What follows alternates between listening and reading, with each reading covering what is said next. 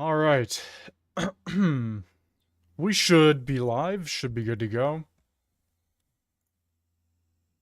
Let me just open up YouTube, the most important platform of all. Would love to know. I would love to know what is going to happen today in question period. Although I could probably guess it's going to be all the same old, same old. According to the itinerary, Mark Carney is supposed to show up.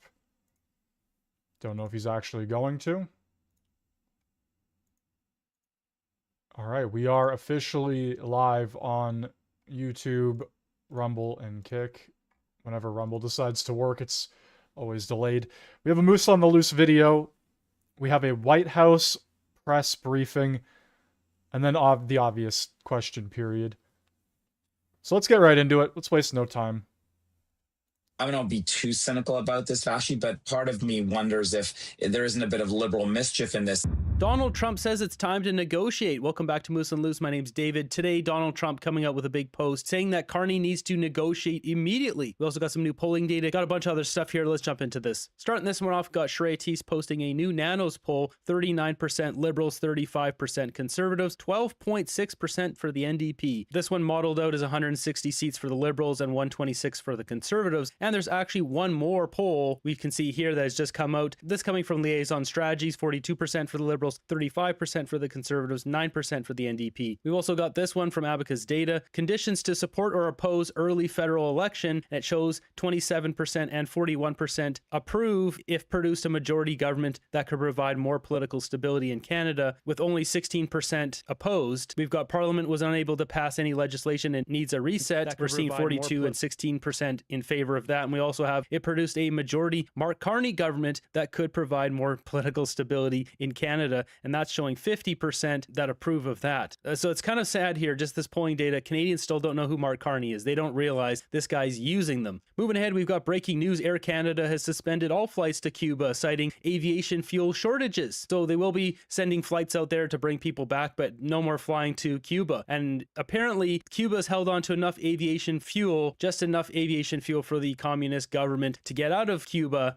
but that's basically it. They've run out. We also got this from Bruce Fanjoy. Yeah, he's having to eat his own words here. We've got, please see my statement regarding the government's updated return to office policy. So they're forcing Canadians to go back to work in the office. And well, the response has been a complete meltdown. Canadians don't want to go back to work. Mark Carney wants them back in the office. And he says on February 5th, 2026, the federal government announced an updated return to office policy for federal public servants. Today, I am calling upon the government to reconsider this policy for the following reasons. And it says reducing operating costs, and it says it increases the pollution. That's hilarious. Little no evidence that a one-size-fit-all policy will improve productivity, yada yada yada. This guy's just groveling to the people of Carleton. They voted for the wrong guy. And we've got this one here. Pierre Poilievre wanted to drop the tax on severance packages from laid off GM workers, and well, the Carney Liberals have rejected that. Finance Minister Francois-Philippe Champagne flatly rejected the call, saying such a policy would hobble the government's ability to respond when problems arise. Yeah, okay. A government that cared about the people wouldn't tax severances ever. And we've got this one breaking behind doors. Liberals and conservatives are exploring deals to end gridlock and keep PM Carney's minority government afloat, even as the PM downplays talk of spring election. So this is a good move by the conservatives. Just keep this going, because the longer Carney goes without getting anything done, the further it looks bad. The only thing here is if Donald Trump rips up Kuzma, Mark Carney can use that to scare Canadians, because clearly Canadians are very easily spooked into voting for him. He was supposed to be the guy to handle Donald Trump. I don't know how they can run on that, but fear will motivate people. It motivates people more than hope. And basically this just takes away Carney's ability to just call an election because he wants a majority government. It makes him look greedy. Canadians want results right now. They don't want an election. And we saw those ballots being ordered recently, 700,000 of them. That could just be for by-election, since there was 3 liberals that just stepped down. And those snap election could be trying to scare floor crossers into joining Carney. There's a lot of moving pieces here. Before we get into any of that stuff, let's just touch on Jimmy Lai, who was just jailed in Hong Kong for 20 years because he believed in free speech in Hong Kong. This is who Mark Carney is getting into bed with, Xi Jinping in China.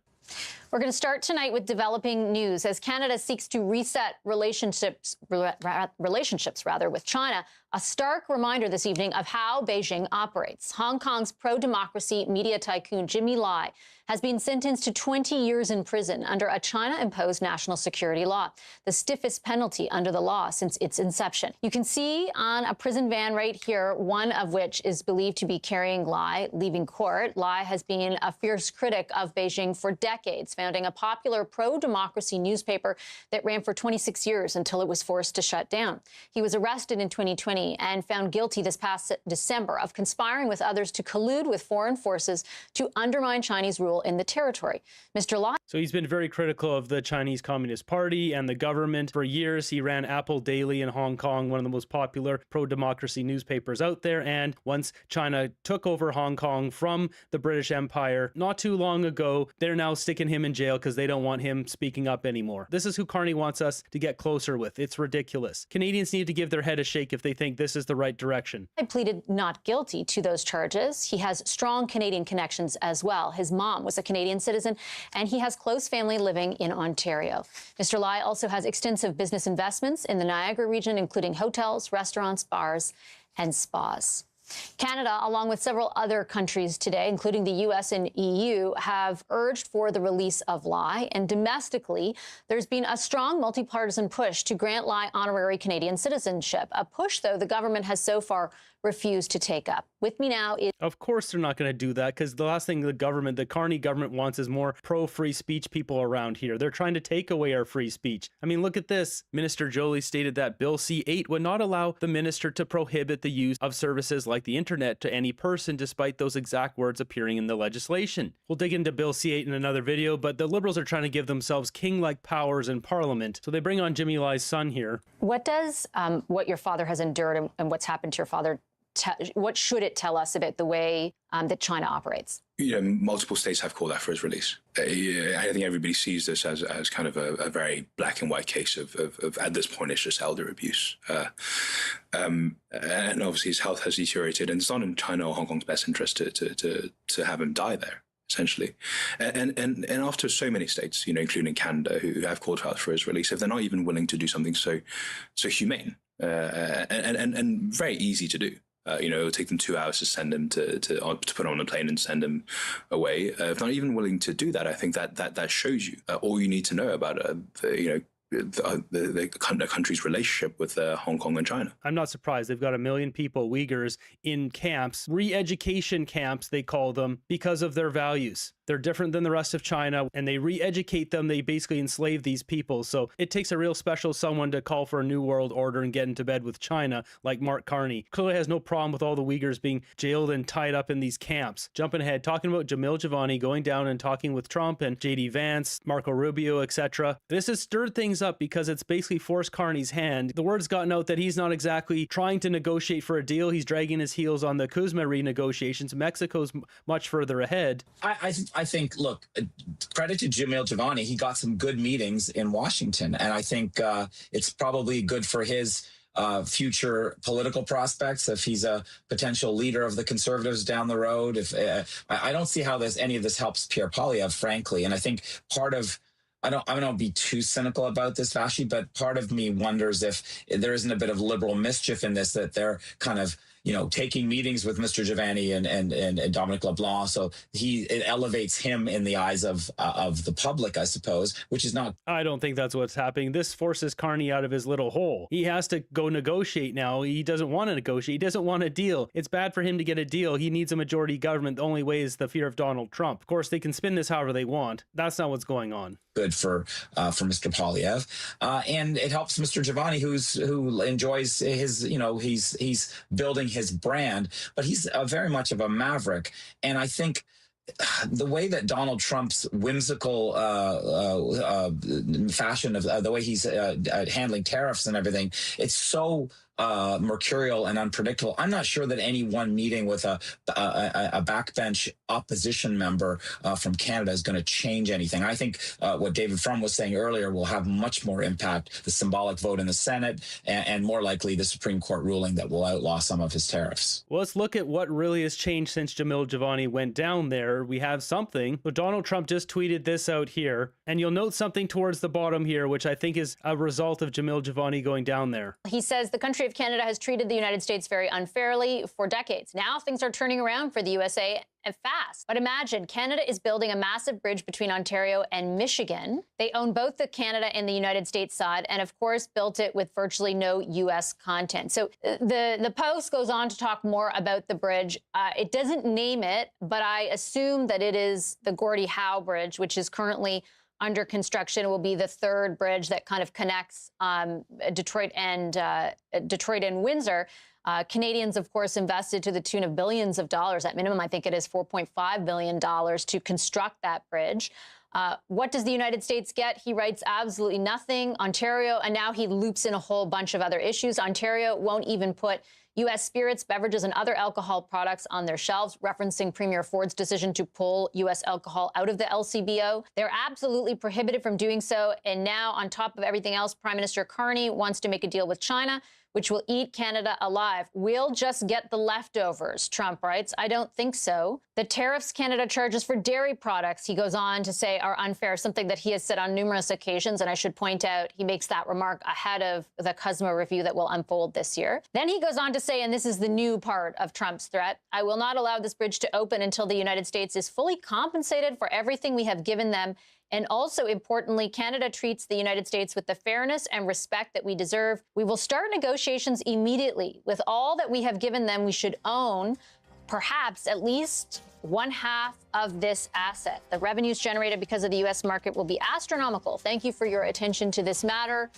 So it's the part there at the end, which Melissa's got highlighted here. We will start negotiations immediately. There is no negotiations. Carney wasn't even trying. It wasn't even on the agenda. Mark, who cares? Carney did not want to get a deal. He didn't want to even negotiate. Now Trump is forcing him. And that's just it.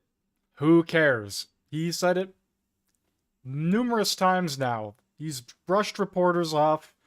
He doesn't care To negotiate here. I don't know how the bridge came up, but basically Jamil goes down and suddenly Trump saying, let's negotiate. It's time to get this done. Brings up once again supply management and China, and it's time to make a deal. So what's Carney going to do here? This is also going to reveal where Donald Trump's at. Is he trying to negotiate just for America and getting a good deal there? Is he trying to get Alberta to separate and join America? Or is he working with Mark Carney to help tank Canada and in the process making America much stronger? What comes from this should eliminate one of these possibilities. The other side of it is, though, he does seem to have connections that a lot of others don't. And it is kind of interesting that even though he says he offered for a long time to be of service to the government, they never took him up on the offer. Yeah, Benzie just used the term maverick, and I recall being on his show any number of times because he was a colleague of ours at Bell Media. He was on iHeartRadio. He had a show there, and that became very complicated, and he was no longer there at a certain point. But he is that type of person. He's going to do things that he thinks that are going to help him, obviously, because he wants to build his own profile. But here, I think that it came from a sincere place. He does have that connection with J.D. Vance. So we've learned about it. He's talked about it. But now we find out that it's very real. So, it's getting a meeting with the vice president and the president of the United States, that's not shabby. And yes, Exactly. I'm glad Tom calls that out. That's not shabby at all. He's got not only that, Marco Rubio and as well as some of those industry leaders. He got a lot of good meetings there. He's not just some Joe Blow that showed up on the street and got all those meetings. So something's happening here in the background. Sure, there might be a little bit of fun being had by the Liberals, but to the extent that Mr. Jivani said he wanted to debrief, he said, Prime Minister Carney, we knew that wasn't going to happen, but he got a chance to meet with Dominic LeBlanc, talk to him about what went on down there. Look, any Canadian with contacts right now should be using those contacts, whether it's a provincial premier or a business leader or anything else. We've got to talk to Americans. We've got to make them see that it's in everybody's interest to have, especially the new Canada-US-Mexico trade deal.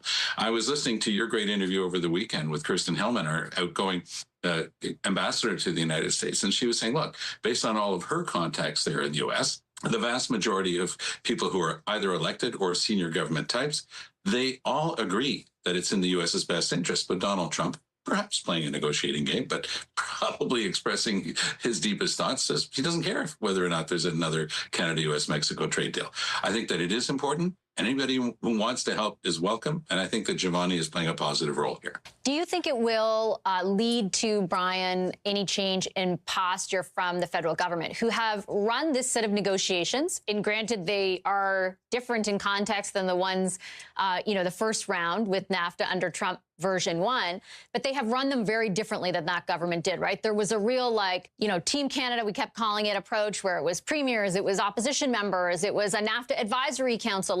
Now the advisory council says, hey, nobody's talked to us in 6 months. There's, very little. I mean, even Minister LeBlanc was going to go for trade official negotiations in the middle of January, and that has never materialized. Listen to this. They're not doing anything. The Carney government is not even trying to make a deal. They don't want any of this to go on because this doesn't help them in the polls. This is so greedy what they're doing to Canadians. Do you think they might change their posture at all, given what's just unfolded? Well, I agree with my esteemed colleagues' points. I think the idea that anybody that has those types of contacts, as Tom points out, it's certainly pretty impressive to get those meetings. And if they can do that and sort of toe the line, the lines of the government, lines of Canada, of course, it's important for that to be the case, given that it's different political parties. I have no reason to think that wasn't what transpired, but nevertheless worth mentioning.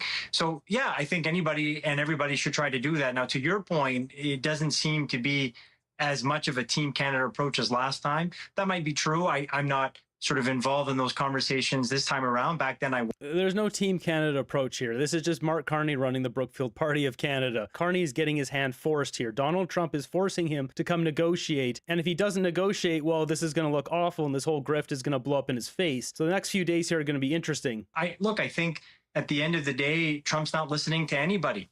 So whether it be other decision makers that have power on other institutions, he doesn't really seem to care all that much. So frankly, the Team Canada approach, although I would still encourage people to do it, is probably not as much as last time going to be about the team and people trying to talk to other decision makers and other institutions in the U.S., whether it be sort of, for example, the business community. I just don't think that they have much of an impact on President Trump's thinking and his actions. There is no Team Canada here. I mean, right off the jump, we had David Eby trying to block a pipeline from Alberta to the West Coast. Where's the Team Canada? You'll notice by the presence of the fifth box that Lisa is with us. Thanks, Lisa, for the patience. I appreciate it. We're just talking about Jamil Jivani's trip and the fact that he had a meeting with Minister LeBlanc, kind of an evolution from, this rogue MP went to D.C. to, he met with the trade minister and they had what the trade minister's office is calling a productive meeting today. What do you attribute that evolution to? Maybe everybody's understanding that to play politics on a matter like this is the wrong move for the Canadian public. And I think that's for Mr. Giovanni as well as for the federal Liberal government. And maybe his backbench MPs should learn that message as well, because I saw one clip where there's a backbench MP saying that Mr. Giovanni is like the friend to Hitler or something. That's dumb. Shouldn't be saying that. We should be using every opportunity we can to make the connections we have. But on the same time, it's not an opportunity for the Conservatives to start scoring points and saying, well, we can get the meetings you can't get down there in the United States. I think all this stuff has to be done with great care, a lot of thought. I'm very glad that Mr. Giovanni is talking to Mr. LeBlanc. He's talking, debriefing probably with the PMO. And I think he should debrief with the OLO, quite frankly, and Pierre Poilievre as well, because he's a member of that caucus. And that is tricky to balance on all fronts. But it must be done because you have to show a united face to the United States. And as well, the Canadian public the Canadian public will not put up with playing politics on this one. Yeah, that's well said. And I'll see if we can find the clip she was talking about. So we've got the clip here, Harrison Faulkner posting this. It's Liberal MP John Paul Danko refers to Jamil Jivani as Unity Mitford when meeting with U.S. administration officials. Unity Mitford was a British woman who became a close personal friend of the funny mustache guy from WW2. A U.S. hostile government, deliberate destruction of global allegiances and the stability that our country has relied on. We have a Conservative Party of Canada's own Unity Mitford, who is attempting to freelance negotiations with the American president right now.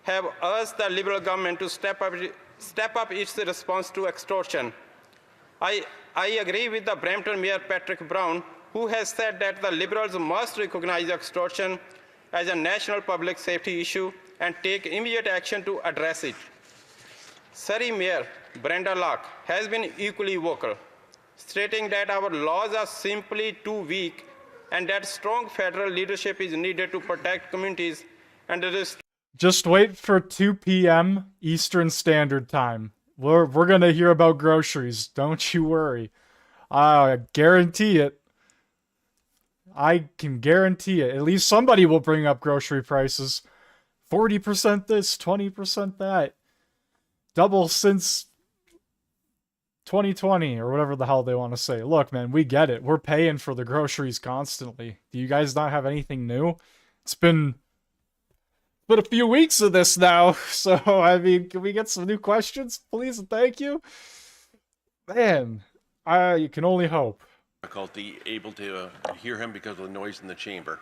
A question period is now just broken record period because everybody just says the same 5 fucking things. I don't know. And they're trying to change it. They're debating change now for question period because nothing gets done. But I don't know, man. I have no idea what they could do to change it or make it better. I guess we'll have to wait and see. As bail system by making public safety the primary consideration, expanding reverse honors for serious violent offenses, and tightening rules for repeat offenders. Conservatives will not accept a Canada where families and businesses feel unsafe in their own communities. For 10 years, Liberals' soft on crime policies and bail reforms have weakened sentencing, reduced... Okay, so I'm not sure if you guys have been keeping up with this at all. I honestly haven't. Apparently, she's like a former actress or star from some show, and she just like randomly went missing. Some new footage has been released of the suspect or whatever, I guess, breaking into the house or alleged. I just thought I'd show this very quickly, and then we'll go back to the House of Commons. I have no idea. And Jaru Lara and Ozark Crafted Bites and Mariana Prata. Thanks, Mariana. I really appreciate it. Thanks for watching and your comment. Thanks, Tooth THRTHR. He's just shouting out people giving him money anyway. Okay, moving back over to the House of Commons. Deal with the issue of extortion, great, it's least Kevin. in part. And I'm referring to, in particular, Bill C-2, Mr. Speaker, but also Bill C-14, whether it's that bail reform legislation or allowing Canada to have lawful access. That's what those 2 bills are about. My question to the member is, how can he honestly stand up and talk about the importance of the issue, yet, as a Conservative caucus, they continue to filibuster the legislation, denying Canadians the opportunity for the government to be able to deal specifically with the issues that he is raising? How can you do that? An event in the East Room to tout clean, beautiful coal as America's most reliable and affordable energy source, especially during periods of peak demand, just as we saw during this most recent winter storm, which impacted hundreds of millions of Americans. The president will discuss how clean, beautiful coal is not only keeping the lights on in our country, but also driving down the cost of electricity across the country as well. Additionally, on Thursday, President Trump will be joined by Administrator Lee Zeldin to formalize the rescission of the 2009 Obama-era endangerment finding. This will be the largest deregulatory action in American history, and it will save the American people $1.3 trillion in crushing regulations. The bulk of the savings will stem from reduced costs for new vehicles, with the EPA projecting average per vehicle savings of more than $2,400 for popular light-duty cars, SUVs, and trucks. This is just one more way this administration is working to make life more affordable for everyday Americans. Overall, these groundbreaking actions from President Trump will drive larger economic growth, create thousands of good-paying jobs, expand manufacturing, increase consumer choice, and improve affordability for millions of families and businesses. Finally, on Friday, President Trump and First Lady Melania Trump will travel to Fort Bragg in the great state of North Carolina to meet with military families and the heroic members of our special forces who carried out the successful Operation Absolute Resolve in Venezuela and helped bring narco-terrorist Nicolas Maduro to justice. I know the President and First Lady are both greatly looking forward to this visit. Also, the First Lady will celebrate Valentine's Day at the Children's Inn at the National Institute of Health tomorrow, with children, families, and NIH staff involved in clinical trials. In other news this week, thanks to President Trump signing the largest middle-class tax cut in history, this is shaping up to be the biggest tax refund season ever, and we are in it now. President Trump and Republicans fundamentally believe that Americans deserve to keep more of their hard-earned money, not less, which is why he fought so hard to deliver this long overdue relief. From no tax on tips, overtime, or Social Security to auto loan interest deductions on new American-made vehicles, plus increases to the standard deduction and child tax credit, more money is flowing back into the pockets of hardworking Americans. We're already hearing from everyday Americans across the country who are reporting substantial tax savings thanks to the Working Families Tax Cut, which every single Democrat in Congress voted against.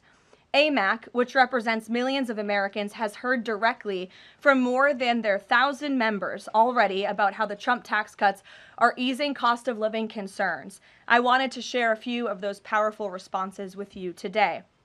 This one comes from Dean and Wendy in Wisconsin, who said, quote, instead of paying out $3,700 last year, we got back $2,500 in refunds this year. This is huge for our family. Steve from California said, quote, the new senior citizen deduction is a tremendous relief and has given us peace of mind and the freedom to truly enjoy the retirement years we worked so hard for. Eric from Nevada said, as a senior, no tax on Social Security helps me tremendously. The no tax on tips helps my daughter-in-law as a waitress. The no tax on overtime helps my son, who works constantly. Our family savings from the One Big Beautiful Bill could total even more than $5,000. We love the Trump tax cuts. These are just a few positive examples of the everyday Americans that President Trump's tax cuts are uplifting. We'd love to hear more from the American people across the country who are benefiting from the Working Families tax cuts. The White House is also pleased to share that parents across the country can now officially apply to open a Trump account for their child.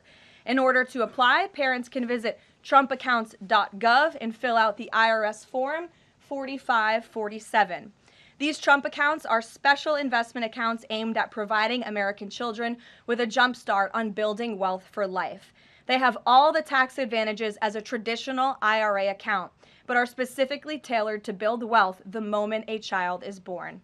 Thanks to President Trump, every child born between January 1st, 2025 and December 31st, 2028 is eligible to receive $1,000 from the U.S. Treasury to fund their account. Parents, guardians, and even nonprofits can then contribute up to $5,000 per year. Employers can also contribute up to $2,500 per year per employee. President Trump believes there is no better investment than investing in our nation's children. If you are a parent who maximizes contributions to your child's Trump account, its projected value could reach nearly $1.1 million by the time your child turns 28 years old, based on average historical stock market returns. Safe to say, the Trump accounts will give a substantial head start to position the next generation for a brighter future. And with the stock market exploding under President Trump's pro-growth policies, there has never been a better time to sign up for an investment account like this.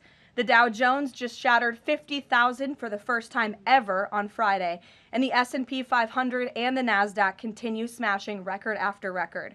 So with President Trump in charge, Americans' 401ks and retirement savings are booming once again, and these new Trump accounts for America's kids will boom too. So with that, once again, every parent should go to trumpaccounts.gov today, and I'm going to put it on my own personal to-do list to sign up for one as well. Very cool. Okay, moving back to the House of Commons briefly. Risks are low. Mr. Speaker, time and time again, when Conservatives have brought forward common sense solutions to confront this crisis, the Liberals have voted no. They voted against closing loopholes that allow false refugee claimants, including those tied to serious criminal activity, to exploit Canada's asylum system. True. They voted against Bill C-381, which would have imposed tougher sentences on extortionists. True. And they continue to refuse to repeal Bills C-5 and C-75 legislation that has fueled a revolving door justice system where repeat offenders are released again and again. Sounds including about in right. regions like Niagara, where police officers are forced to rearrest the same individuals repeatedly. Mr. Speaker, laws are not compassionate if they abandon victims. They are not humane if they embolden criminals. And they are not effective if they leave communities like Niagara less safe than they were before. The motion before the House is clear, targeted, and reasonable. First, it calls on the government to bar non-citizens convicted of serious Oh, crime. here we go. Another conservative motion that will be shut down right away. Sadly. Criminals from accountability. In Niagara and elsewhere, where many of the newcomers follow the rules and contribute positively to their communities, this distinction matters deeply. When criminals abuse the refugee system, it undermines trust and unfairly stigmatizes law-abiding immigrants who are doing everything right. Second, the motion calls on the government to bar non-citizens with active judicial proceedings related to serious crimes from making refugee claims. This loophole is being exploited, and regions and communities like Niagara feel the impact. Individuals facing serious charges use refugee claims to delay proceedings, complicate removals, and remain in Canada longer than they should. This is not fairness. This is dysfunction. Third, the motion calls on the government to end the practice of leniency and allows non-citizens convicted of serious crimes to avoid deportation. Canadians believe in due process. People in Niagara believe in fairness, but they also believe in consequences. If someone who is not a citizen commits a serious crime, serves their sentence, and then uses legal technicalities to remain in Canada indefinitely, the system has failed the victims, failed the community, and failed public trust. Deportation in these cases is not extreme, it is responsible. And finally, the motion calls on the government to repeal Bill C-5 and C-75, legislation that has weakened sentencing, expanded bail, and contributed directly to the rise in repeat violent and organized crime, including extortion. Police officers in Niagara have been clear. They are arresting the same offenders over and over again. Crown prosecutors are frustrated. Victims are ignored. Small business owners feel abandoned. And yet, the government continues to defend policies that prioritize ideology over public safety. Mr. Speaker, extortion thrives where consequences are uncertain and enforcement is inconsistent. Criminal organizations are rational actors. They assess risk. When sentences are lighter, bail is automatic, and deportation is delayed, crime becomes a business model. It's like an episode of The Sopranos. And with people who pay the price are law-abiding Canadians, including families and small businesses across Niagara, who simply want to feel safe in their own communities. But let me be clear, this motion is designed to protect Canadians and those who dream about becoming Canadian. Niagara was built by immigrants. Niagara thrives because of newcomers over generations. This motion protects them. It is pro-victim, it is pro-law, and pro-common sense. Canada can be compassionate without being naive. We can welcome newcomers while still being firm with those who abuse our generosity. So I ask this House, what message do we send to the Niagara business owner who has been extorted when an offender is released within hours? What message do we send when criminals exploit refugee processes faster than the government can close loopholes? And what message do we send to Niagara police officers when their work is undone by laws that favor release over responsibility? Mr. Speaker, leadership is about choices. The Liberals have chosen leniency over accountability. They have chosen delay over action. And they've chosen ideology over evidence. Today, this House can choose differently. We can stand with victims instead of criminals. We can protect the integrity of our immigration system, and we can restore confidence in our justice system.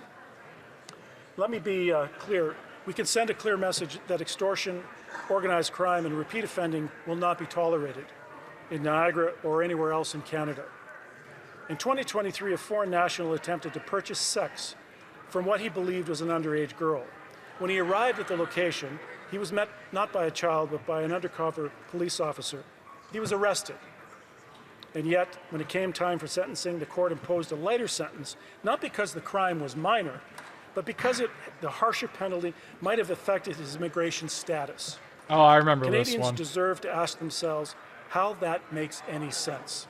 What are we have doing? seen where this kind of failure What is leads. this country doing? In Welland, Daniel Senecal committed one of the most horrific crimes imaginable, the sexual assault of a 3-year-old child. And a crime that shatters families and leaves lifelong scars. These are not technical violations. These are serious violent offenses. So I ask this House plainly, do you believe that individuals who commit crimes like these, crimes against children, should ever be rewarded with the privilege of Canadian citizenship? Or do we finally draw a clear line and say that protecting the most vulnerable must come before protecting the status of criminals? I urge all members of this House to support this motion, not for partisan reasons, but for the safety and the communities we represent and the trust Canadians place in us to get this right in this place. Thank you, Mr. Speaker. Questions and comments? The Honourable Parliamentary Secretary to the Government, House Leader. Thank you, Mr. Speaker. When I think of the whole crime package that the Conservatives continue to filibuster, I think of C2, the lawful access.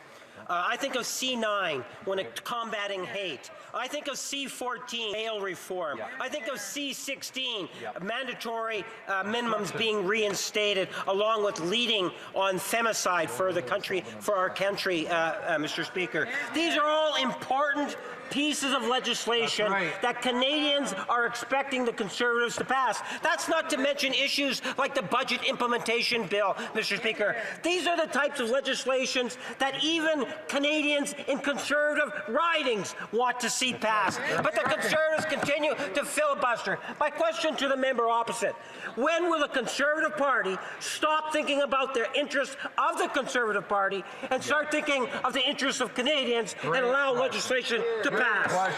The Honourable Member for Niagara South. I have a strange sense of deja vu, Mr. Speaker, because the last time I stood up in this House, the Parliamentary Secretary of the Government House Leader asked me the same question. He's effectively saying that he wants us to just roll over and pass all this legislation without adequate debate. Look, I have a right to stand up in this House, represent the interests of my constituents, and those interests include talking about crime prevention and penalties for offenders. I take exception to this repeated question. He does this over and over and ad nauseum. He's asked the same question every day. I have a right to stand here. I will continue to do so. Okay, we have reached two. Good answer. Okay, because it's statements by members, aka virtue signaling for 20 minutes roughly, we're going to go back to this. I'm pretty sure Caroline was fucking going off, so we're going to see something happen here. Along that approximately 70% of illegal aliens arrested under President Trump have pending criminal charges and or prior convictions, and these so-called non-violent crimes, drug trafficking, distribution of child porn, burglary, fraud, DUI, embezzlement, solicitation of a minor, and human smuggling, just to name a few. So just because a crime is not violent in nature doesn't mean that crime is victimless. And I can guarantee every single person who is out there on television right now pointing to these statistics that were taken out of context by CBS News would not want an illegal alien convicted of the distribution of child porn or fraud or DUI living in your community. So the Trump administration will continue our focus on deporting all illegal aliens present in our country with a focus on the worst of the worst criminals. Thank you for being here. Gabe. Caroline, thank you. And thank you for the update on our colleague Savannah Guthrie's mother. Is there anything more you can share? You said the president was reviewing that surveillance footage. What was his initial reaction when seeing those disturbing images? And does he believe that that suspect acted alone? I haven't talked to him specifically about the second point on whether the suspect acted alone or not, so I don't want to weigh in on the president's thinking on that. His initial reaction, of course, as all Americans, is just pure disgust. And again, it's heartbreaking to see now this footage really bring to life a story we've all been reading about. And again, we're just praying for the safety of Nancy Guthrie and that she will return home soon. And the president directed me to please encourage all Americans with any information to call the FBI. And we hope that this case will come to a positive resolution as soon as possible. We, of course, have a lot to talk about and a completely separate topic. I was hoping you can clarify something that's come up over the last several days, again, regarding a separate topic in the Epstein files. According to newly released files, the president had a conversation with the Palm Beach police chief in the early 2000s, according to the police chief in 2019. The president has gone on record before, and he's told reporters that he said that that he had no idea about Jeffrey Epstein's crimes. During this conversation with the police chief, however, he did say, according to this recounting of it, that thank goodness you're stopping him. He also called Ghislaine Maxwell evil. So my two questions are, did that conversation with the Palm Beach police chief happen? And can you explain the discrepancy? What I will say is that the president has always remained consistent and that he kicked Jeffrey Epstein out of his club at Mar-a-Lago because, frankly, Jeffrey Epstein was a creep. And unlike many other people who are named in these files, President Trump cut off his relationship with Jeffrey Epstein and was honest and transparent about that for years and years. And so I think what the president has said all along has always remained true. And the release of more than 3 million documents related to Jeffrey Epstein and his heinous, disgusting crimes just shows the level of transparency that this president and administration has committed to in bringing these files to light. But did he call the chief in 2006? Caroline, did he call the chief? Look, it was a phone call that may or may not have happened in 2006. I don't know the answer to that question. What I'm telling you is that what President Trump has always said is that he kicked Jeffrey Epstein out of his Mar-a-Lago club because Jeffrey Epstein was a creep, and that remains true. And this call, if it did happen, corroborates exactly what President Trump has said from the beginning. And I'm sure many of you, when you read that alleged FBI report, probably thought to yourself, wow, this really cracks our narrative that we've been trying to push about this president for many years. So we're moving on from that.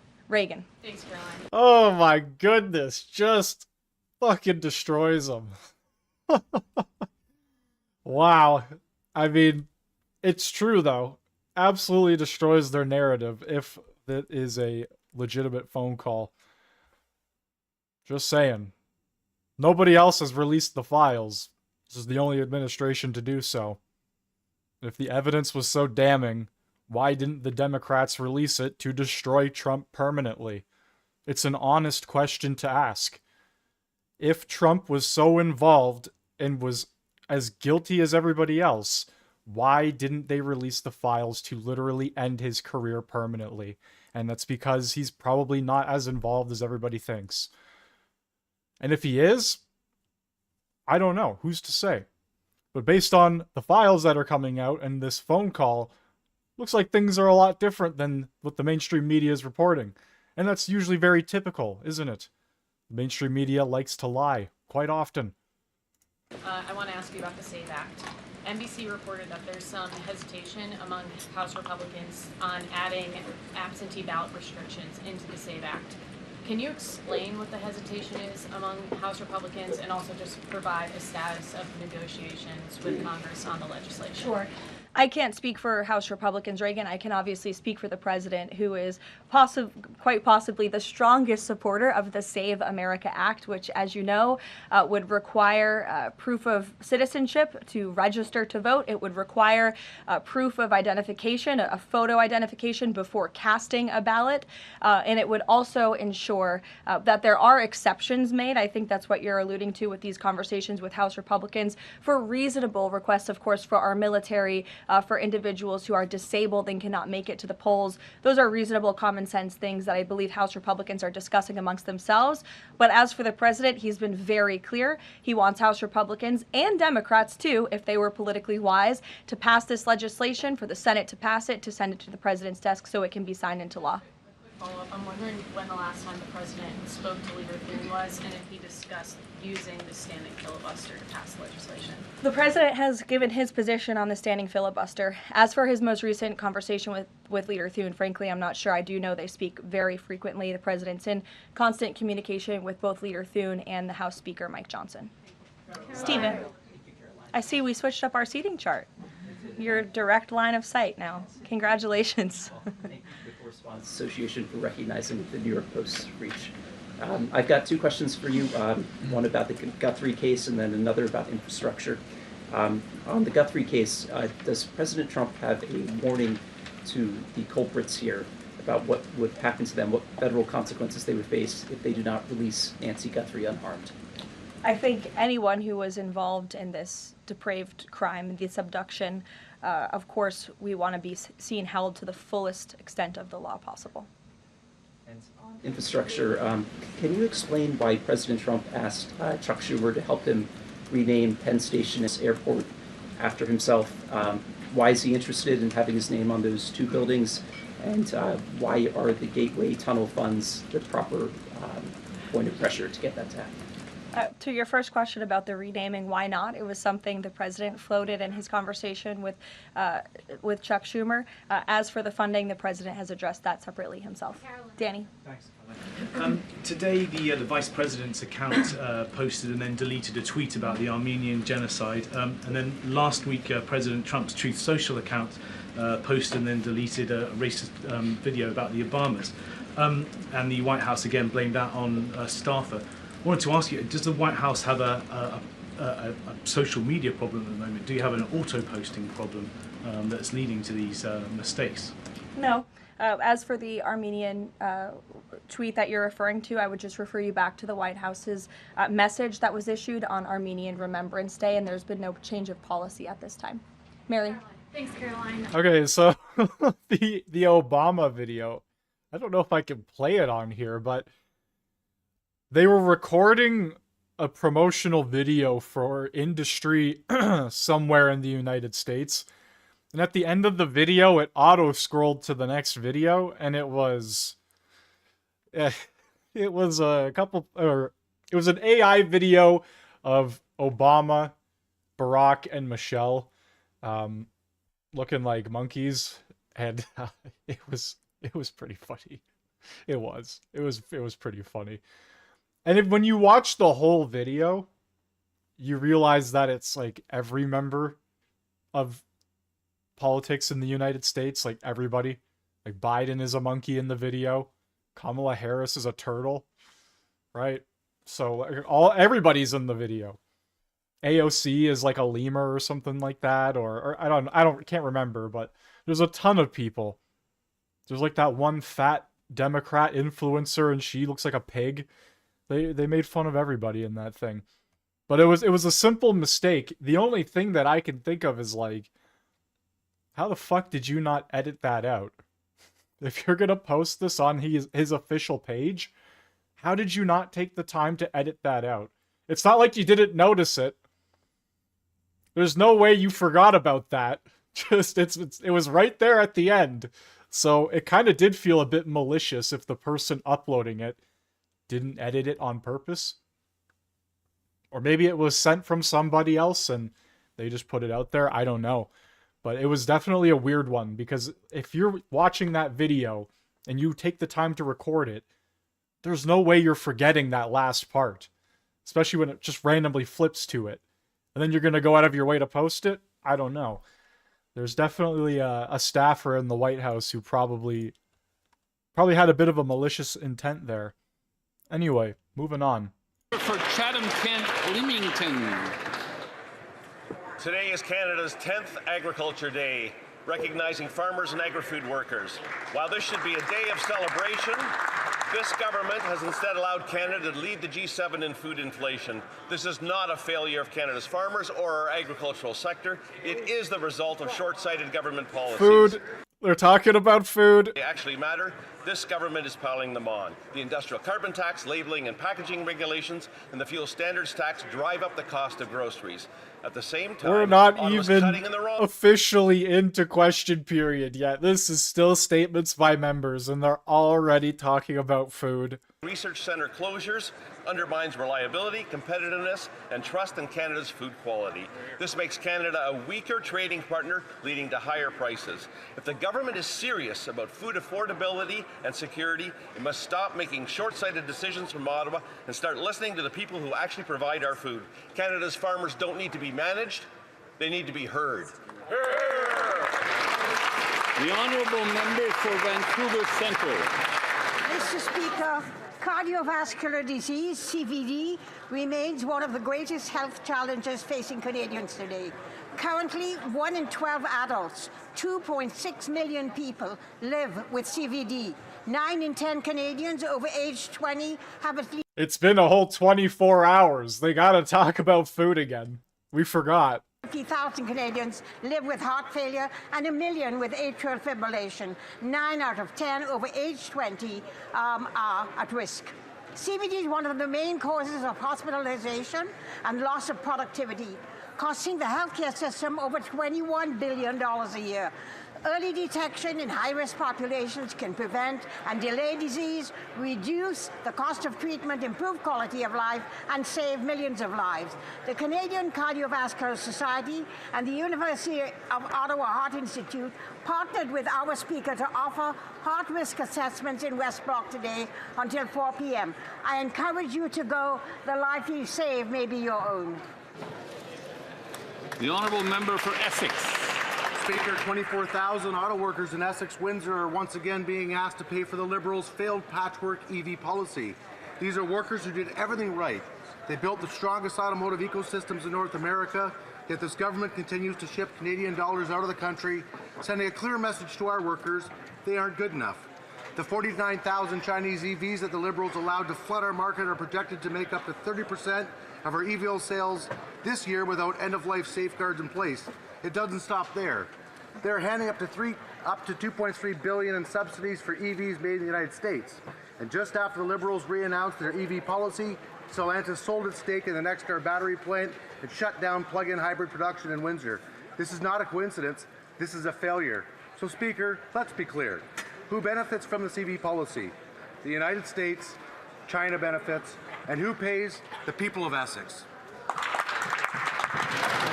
The honourable member for King Hants. Speaker, I rise today to pay tribute to the late Dr. Geraldine Browning, a prominent and beloved member of our community in Kings Hants who passed away on December 31st, 2025. Born and raised in the historic African Nova Scotian community of East Preston, Geraldine began her career in nursing in Montreal before meeting her husband, Orville. Together, they raised 9 children and lived a military life before moving to and building a house in Gibson Woods. Faith was a cornerstone of Geraldine's life, and Sundays at the Browning household were spent at the United Baptist Church, where she was a prominent member of the congregation. Despite living a busy life, Geraldine consistently gave back to her community. She led several key organizations supporting the African Nova Scotian community, including the Black Cultural Society, the Black Business Initiative, and the Valley African Nova Scotia Development Association, VANSTA. For her public service, Geraldine was awarded the Order of Nova Scotia, an honorary doctorate degree from Acadia University, and the Queen's Diamond and Platinum Jubilee medals. Geraldine made a difference in this world and will be dearly missed. I extend my condolences to Geraldine's family and the broader community in her passing. Thank you. The honourable member for Mission Matsqui Abbotsford. Mr. Speaker, Canada is facing a surge in violent extortion that is shaking communities across the country. Families and small business owners in my own community are living with a level of fear they have never known before. extortion has risen by 330% since the Liberals were elected. In British Columbia, it has climbed to more than 480%. In BC, 14 accused extortionists have paused removal by claiming refugee status, exposing the blatant abuse of our asylum system. Canadians deserve to feel safe in their homes, on their streets, and in their places of work. We owe it to them to strengthen protections and ensure that violent offenders face meaningful consequences.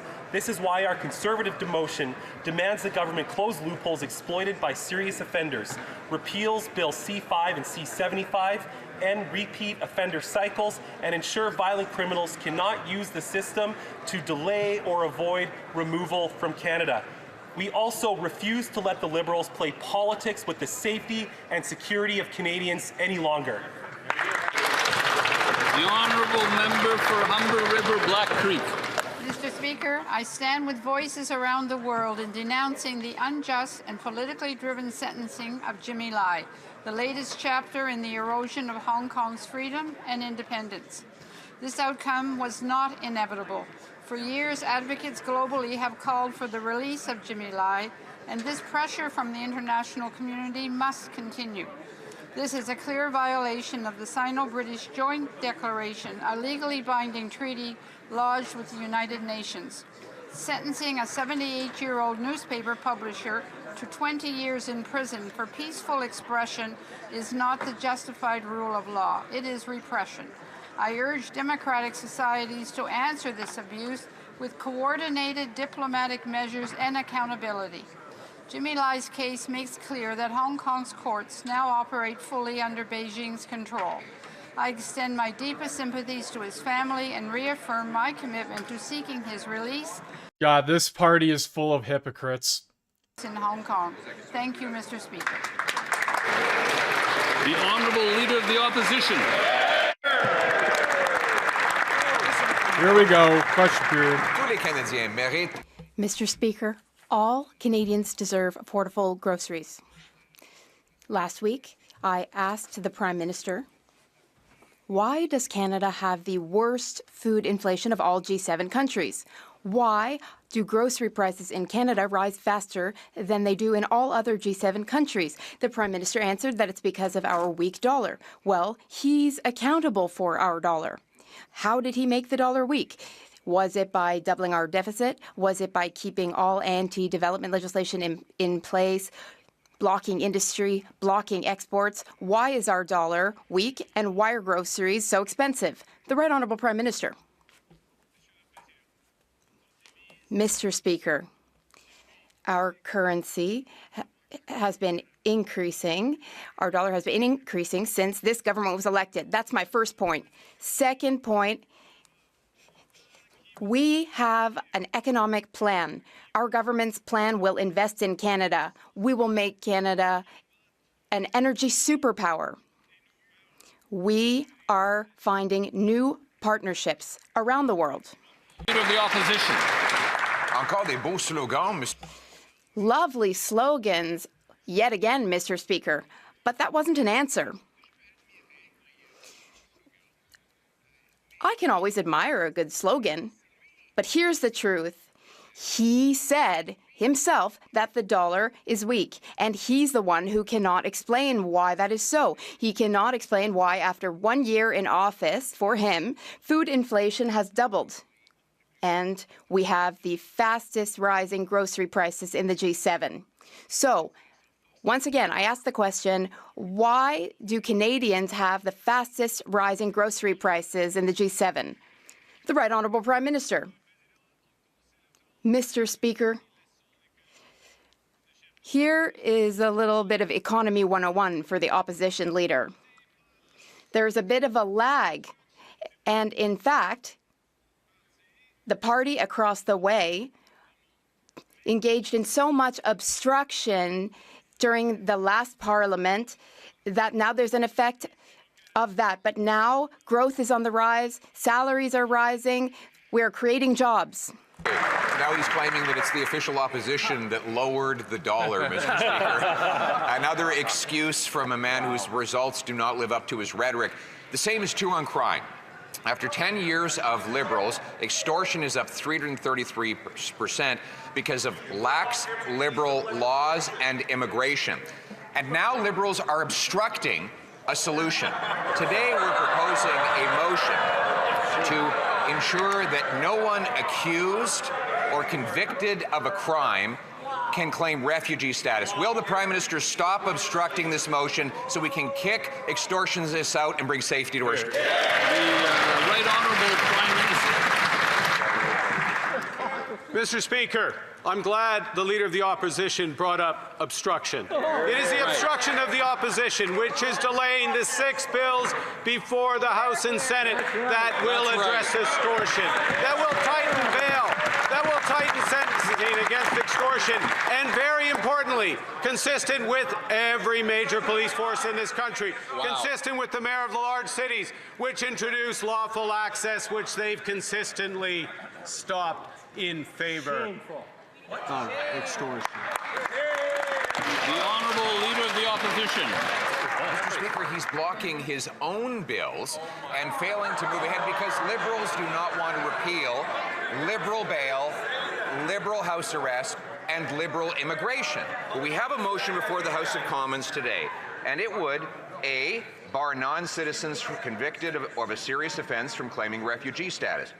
B, bar the same people who have been charged from claiming refugee status.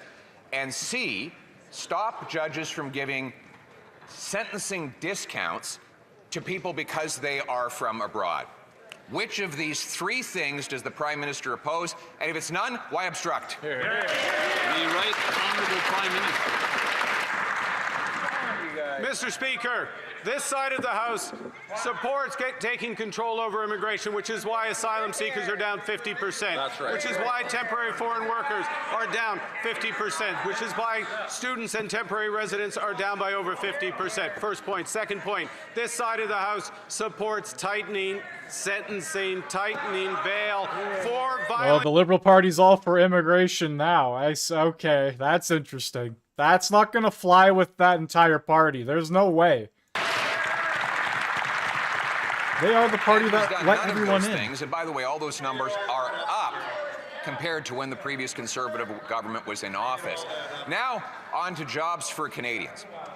Our auto workers are losing their jobs in Ingersoll, in Oshawa, and elsewhere because of American tariffs. The Prime Minister is helping the U.S. take away these jobs by forcing Canadian taxpayers to spend $2.3 billion on subsidies for American and other foreign-made electric vehicles. Why not scrap this subsidy for foreign-made vehicles and take taxes off vehicles made here in Canada? The Right Honourable Prime Minister.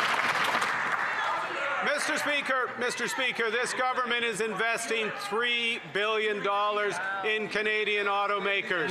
We are investing not in the auto industry of the past, but the auto industry of the future. The auto industry of the future is electric. It is connected. We are building out the entire supply chain. That's right. And as this House will see in the coming weeks, we are building out the electricity grid with, wait for it, in the spirit of cooperative federalism with the provinces. Hear, hear. The Honourable Leader of the Opposition. Mr. Speaker, the auto workers are waiting for it. They're waiting for their jobs. Yeah. But this Prime Minister is subsidizing electric vehicles whose sales are in full collapse and that are made outside of Canada. Imagine being an auto worker looking at high taxes on his severance after he's lost his job and knowing that billions of those dollars will be going to subsidize vehicles made in the very country that tariffed him out of work. Why doesn't he find his elbows and do the right thing for a change and actually take taxes off of Canadian-made automobiles, not subsidize foreign ones? The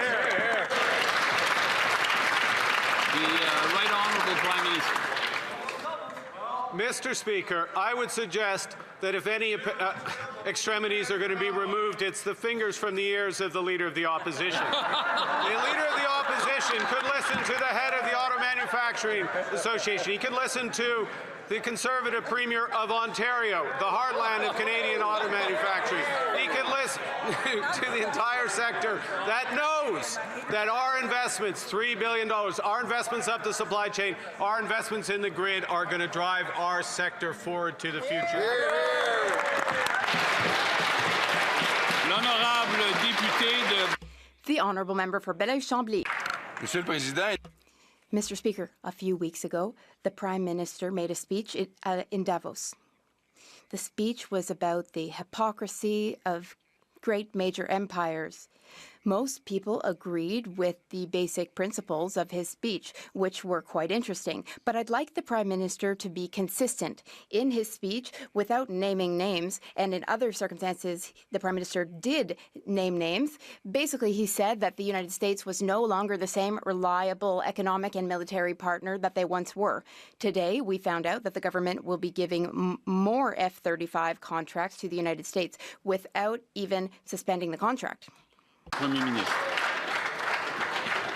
The Right Honourable Prime Minister. Monsieur le Président. Mr. Speaker, first, some information. The sentence that the member just said was not in my speech. Second point, as for F-35s, yes, the government is making some expenditures to keep options open. That's what we need to do for our defense. It's useful for our negotiations with Americans as well. The Honourable Member for Belleuil-Chambly. All right, well, I'll change my wording, and maybe the answer will have different wording too, such that I'll be able to understand it. The Prime Minister feels that the United States are no longer a reliable partner. If that is the case, then does it make sense for this government to follow up on a study that this Prime Minister himself put on hold to review? Meanwhile, the President of the United States just said that he would block a Canada-US bill just based on his mood today. How does the government feel because they're not walking their own talk? The Right Honourable Prime Minister. Mr. Speaker, this question gives me the opportunity to inform this Parliament about something. I had a conversation with the American President just this morning. I informed him that Canada built that bridge and paid for it, for the Gordie Howe Bridge, that is. I also told the President that we are co-owners of the bridge with the state of Michigan. At third, I told him that there were American and Canadian workers who contributed to the bridge. The Honourable Member for Belleuil-Chambly. Well, that doesn't work, Mr. Speaker. It's all well and good for Canada to say to the U.S. President, we built that bridge with you. You're now attacking the bridge. Now we're going to buy some of your planes that you will be in control of, even though you're not a good partner. Should this government not be nationalist, defend Canada as it claims to? Should they not put the contract for F-35s on hold until relations become normal again? The Right Honourable Prime Minister. Mr. Speaker, the situation is easy to understand. It's clear. Our government is currently reviewing the F-35 contracts.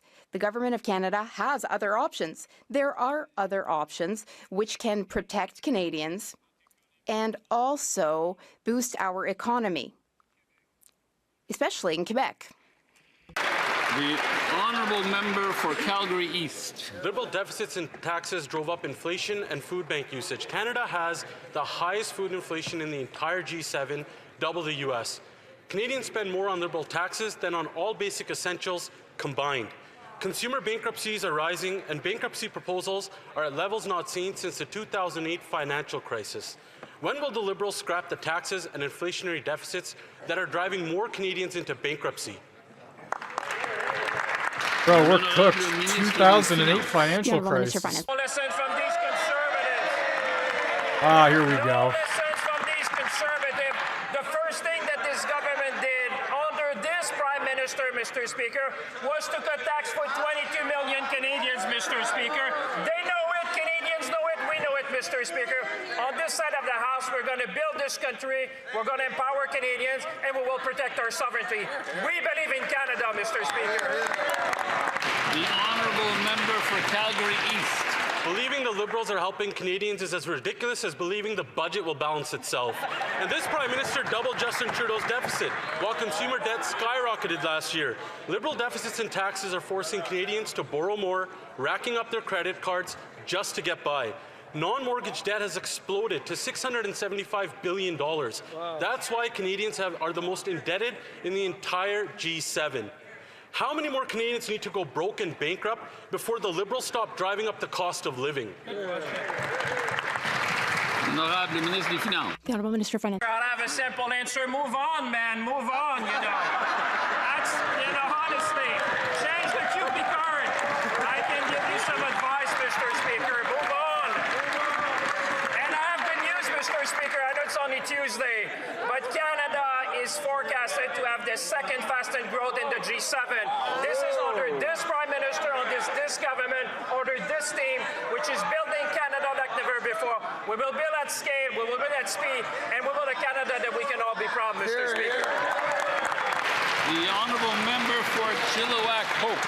These Liberals keep telling Canadians that they've never had it so good. Well, not only has food inflation doubled since this Prime Minister took office, it's now twice as high in Canada as it is in the United States. It's driving over 2 million people a month to the food banks. I guess they should just move on from that. And now we learn that more and more Canadians have been forced into bankruptcy and bankruptcy proposals. In my province of British Columbia, they're up over 10% in the last year alone. When will this government stop pushing people to the brink and cut the taxes and red tape that is pushing Canadians into bankruptcy? The Honourable Secretary of State for Financial Institutions. Well, Speaker, they want to talk about tax. We cut taxes for 22 million Canadians. They voted against it. We cut the GST for first-time home buyers, the consumer carbon tax. Last week, we launched the groceries and essentials benefit that will put up to $1,900 in the pockets of Canadians. Mr. Speaker, we're focused on affordability for Canadians. They're focused on continued obstruction. The honourable member for Chilliwack Hope. The Liberal plan isn't working. Over 2 million Canadians a month are using the food bank. The cost of groceries has skyrocketed to over $340 a week for a family of 4, and the small minority of Canadians that get that recycled rebate that he was talking about will only get $10 a week, which isn't going to keep their creditors at bay. Now bankruptcies and bankruptcy proposals are at their highest levels since the global financial crisis. So when will the Liberals finally cut taxes and red tape and stop pushing record numbers of Canadians into bankruptcy? The Honourable Secretary of State. Mr. Speaker, from a member and his leader who supported giving the child benefit to millionaires. That's right. They voted against dental program, the daycare program, housing. The list goes on and on. On this side of the House, we're going to continue to focus and deliver on affordability. That party is focused in obstruction and slogans. Thank you, Mr. Speaker. The honourable member for Okanagan Lake West, South Kelowna. Mr. Speaker, after 10 years of Liberal government, food inflation is double what it was when the Prime Minister took office and double that of the United States. Food bank use has more than doubled, and now bankruptcies are up, the highest they've been since the financial crisis, clocking in at a shocking 10.6% at British Columbia. Will the government admit that its taxes and deficits are driving Canadians into the food bank and into bankruptcy, or will it just claim that everything is fine, proving that it's totally out of touch with reality? The Honourable Secretary of State for Seniors. You know what, Mr. Speaker, I'll bite. Let's imagine what affordability would look like under the Conservatives in British Columbia. They would cut the industrial carbon tax, and you know what would happen? Nothing, because it doesn't affect the price of groceries. And then they would follow their plan to get out of the way, aka do nothing. No national school food program, no OAS for 65 to 67, no groceries and essentials benefit. From what I've heard, all the Conservatives would offer is thoughts and prayers. Oh wait, no, they would also obstruct as they currently are. The Honourable Member for York-Durham. Mr. Speaker, the hubris of the finance minister and his response. We will not move on from the issues that are affecting Canadians. Yeah. How about he should take the advice of the Prime Minister and look inside himself? Fresh data from the Superintendent of Bankruptcy in this country says that prevents a very grim truth, Mr. Speaker. Bankruptcies are rising, consumer proposals are rising. Canadians can literally no longer afford this profligate Liberal government. So when will they cut the taxes, get out of the way, get rid of the industrial carbon tax, the fuel standard tax, stop obstructing our ideas? Hear, hear. The Honourable Minister for Women and Gender Equality. We have a pause for us to Mr. Speaker, our budget will deliver generational investments for the province of Ontario, and that member who's from Ontario voted against these measures in our Budget Implementation Act. Through the Build Canada Homes, we're creating thousands of affordable homes, including the Arbo Downsview project. Again, the member opposed 40% affordable homes being developed, and we will use Canadian steel, Canadian lumber, and Canadian aluminum. We're protecting Ontario's steel industry, and we're also stopping competition from foreign steel and keeping good-paying jobs in this country. That is how we build Canada strong, Mr. Speaker, and we will continue to do that. The Honourable Member for Newmarket Aurora. Consumer bankruptcies are up to the highest level since the financial crisis. That's 141,000 Canadians that are losing their homes, their savings, and their sense of security. Clearly, the Liberals' Band-Aid programs are not enough to prevent bankruptcies. Canadians need long-term solutions that bring down the cost of food and housing. When will this Liberal government stop the inflationary deficits, scrap the taxes, and remove the bureaucratic roadblocks that are making life so unaffordable? Hear, hear. The Honourable Minister for Women and Gender Equality. Mr. Speaker, again, this member is also from Ontario and voted against our budget that will make generational investments. We are making investments in our economy.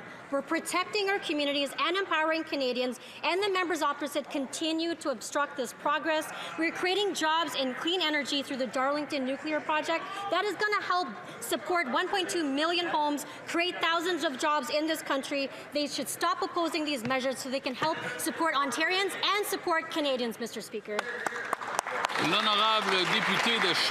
The Honourable Member for Shefford. Mr. Speaker, according to the government, 85,000 retirees are experiencing issues with their OAS payments because of the Curam software, in some cases for 9 months. Yesterday, we found out why it's been going on for so long. The government House Leader responded that the errors would be corrected, and I quote, "If there are mistakes, if there are any cases, well, we would know about them." Mr. Speaker, his own government says that there are 85,000 people affected, yet he is still in denial. Do you see now, Mr. Speaker, why nothing ever gets done in Ottawa? The Honourable Government House Leader. It seems that the Bloc Québécois has a problem. They are misquoting people today. Mr. Speaker, of course we take each and every case seriously, but what I wish to reconfirm and guarantee all Canadians and Quebecers, and I'm speaking to all those who receive OAS, I'd like to inform them that we modernized our IT system, our software. If there are errors, we will of course correct them. I encourage colleagues from all parties to tell us about any cases which need to be resolved in order to help people. The Honourable Member for Shefford. Mr. Speaker, according to the government's own estimates, there are 85,000 pensioners whose payments have been affected because of Curam. That's 85,000 people who are being affected by software that has gone over budget by almost $5 billion. In Quebec City, or in Quebec, rather, province, a commission of inquiry would have been set up a long time ago. But the Leader of the government thinks that everything's hunky-dory. He's practically congratulating himself because, well, if 85,000 retirees are experiencing problems, that means that all the others are doing fine. How out of touch does the government have to be to believe that causing problems for 85,000 people is no big deal? The Honourable Secretary of State for Seniors. We are modernizing a very old system. If we had not taken action, that would have jeopardized the payments of millions of seniors. Now, there will be retroactive payments and any issues will be corrected. Once again, I encourage the member across the way to give me names of those affected, and we will be able to help them. Mr. Speaker, extortion is out of control in this country. Small business owners are being threatened, firebombed, shot at, living in fear, and many are contemplating leaving this country, and yet the Liberal government refuses to take this crisis seriously. Some of these criminals who should be deported are now exploiting the refugee system with false claims in order to stay in Canada. Now, we tried to close these loopholes, but the Liberals continue to obstruct. Will the government support our motion to protect Canadians from dangerous non-citizens by closing this loophole and finally ending these bogus refugee claims? The Honourable Secretary of State for Combating Crime. Mr. Speaker, we are very concerned about this issue, and therefore we're doing everything possible by bringing legislation that will tighten bail, by imposing stricter sentences. But the one bill that's been missing is C2. C2 we tabled in the House back in June, and if these Conservatives were serious about solving the problem, rather than this window covering that they brought with this motion, that essentially is moot because of C12, which already does everything they're asking for, they would approve lawful access. They would consent today to moving that bill forward. Will they allow the vote, pass the bill, and catch the criminals? The Honourable Member for Edmonton Gateway. Mr. Speaker, we've heard for 10 years of Liberal excuses and blaming others, but Canadians continue to live in fear as criminals threaten their families, their businesses, and communities. Serious non-citizen offenders are exploiting loopholes in the refugee system to stay in the country, leaving Canadians vulnerable. Will the Liberals finally work with us to pass this motion to ban these non-citizen criminals from making false refugee claims and ensure Canadians are protected from dangerous offenders who should be deported? The Honourable Secretary of State. Mr. Speaker, yet another Conservative that probably needs to remove his fingers from the ears, because we've already solved this problem. That's right. In C12, Mr. Speaker, essentially all of these criminals would not be allowed to apply for asylum. Even in the cases where we've heard in BC where they have applied for asylum, they would not have been able to had the Conservatives not obstructed and passed C2 when we had tabled it. But because they obstructed, they've been able to make those claims. But guess what, Mr. Speaker? Good news, because it's in the Senate, and once it's passed, those claims, those cases will be cancelled. Hear, hear. The Honourable Member for Kamloops, Thompson Nicola. Extortion is out of control in my home province of BC. Their extortion rates are up 482% since the Liberals took power. Now, the Prime Minister about 10 minutes ago said, we are tough on extortion. Mr. Speaker, perhaps somebody should remind him that the Liberals voted to repeal a mandatory jail sentence for extortion with a firearm so people could serve their sentence on house arrest. That is the opposite of being hard on extortion. Mr. Speaker, will the Prime Minister support our common sense solution to ensure that those convicted of serious crimes cannot claim refugee status? Yes or no? The Honourable Secretary of State for International Development. Mr. Speaker, I find it pretty amazing that legislators on the other side don't know the legislation that's already here. Right. You cannot claim asylum when you're charged. It gets suspended. Wow. You go to trial, you get sentenced, and you get deported. You cannot claim asylum when you are charged. That's the law, even before the legislation before the House that's going to make it more restrictive and even more onerous for those that claim extortion. The Honourable Member for Cloverdale Langley City. Picture a city with gangs demanding protection money from small businesses, where shots are fired at homes, where families fear going out at night, and people are forced to change their cars and their routines. Sounds like I'm describing a slum in the third world country, but it's my hometown of Surrey. What's worse is when these thugs are caught, they are right back on the street after claiming refugee status. Will the Liberals support our motion that those charged with or convicted of serious crimes cannot exploit the refugee system in order to stay in Canada? The Honourable Secretary of State. Mr. Speaker, when I speak to the police chief in that jurisdiction, when I speak to the mayor in that jurisdiction, when I speak to the premier of that province, they ask, can you get them to pass C2? Can you get them lawful access? Can you get them to pass the bills in this House? They don't want this obstruction, Mr. Speaker. the Conservatives to support these legislations so we can give the police the tools they need to prosecute and enforce the laws of this land and kick these extortionists out. The honourable member for Calgary Skyview. Mr. Speaker, extortion is up 330% since Liberals took office. Small business owners in places like Brampton, Surrey, Vancouver, and my home of Calgary are being threatened. Families are being shot at and firebombed. And Liberals have done nothing. Even the Premier of BC has said the Liberals must stop criminals from gaining refugee status. Will the Liberals support our motion to protect communities by ensuring convicted criminals cannot use our refugee status to stay in Canada? Yes or no? The Honourable Minister of Justice. When we want to talk about the position of the Premier of British Columbia when it comes to our criminal justice reform agenda, I'd advise the honourable member that he didn't just support the legislation, he asked if he could join us for a press conference to celebrate the achievements of that legislation. But Mr. Speaker, if the member is interested in doing more to combat extortion, he can help accelerate the Bail and Sentencing Reform Act, which tightens bail for violent extortion and hardens sentences for offenders. He could support the Strong Borders Act, which Patrick Brown, the Mayor of Brampton, asked me to pass a message to the Conservatives that the Peel Regional Police want lawful access in this country so they can bust extortion rings, not just punish bad actors after a crime's committed, but stop them in the first instance. The honourable member for Longueuil Saint-Hubert. Mr. Speaker, February 7th marked the end of the mandate of the Presidential Transitional Council in Haiti, as well as a new stage in the political transition with the transfer of power to Prime Minister Fils-Aimé.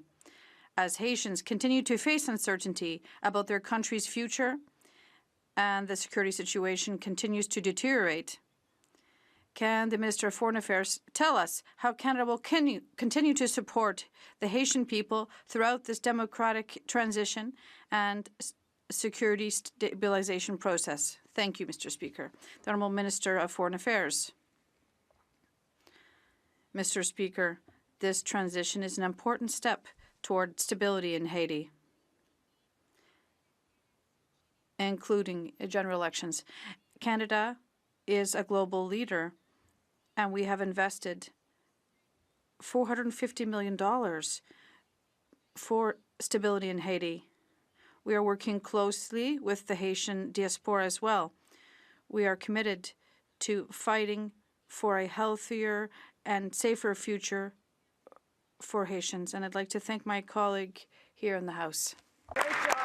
The honourable member for Kildonan St. Paul. Mr. Speaker, despite the Liberal government signing on to up to $52 billion to build an electric vehicle supply chain in Canada, the wheels are falling off most of those deals, and the vast majority of EVs are built elsewhere. But now, with the Liberals are expecting Liberal Canadians to buy this or to buy into this $2.3 billion subsidy program for foreign-made EVs. Why is the Liberal government expecting working Canadians to subsidize their $2.3 billion subsidy for foreign-made EVs, including in the U.S., Mr. Speaker? The Honourable Minister of Industry. We believe in affordability, and we believe in electrification. And we just don't understand why the Conservatives are so much against electrification at a time where in 5 years, 40% of all the cars sold worldwide will be EVs. And so we won't hold back our auto workers. We will invest in the future of the sector. We will make sure that we leapfrog what is going on in the United States, and we will create jobs across the country.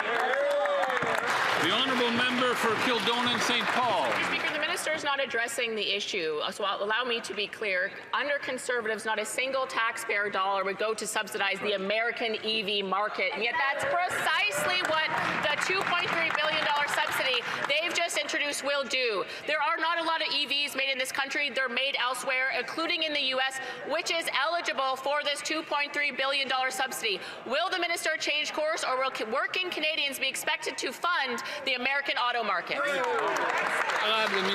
The Honourable Minister of Industry.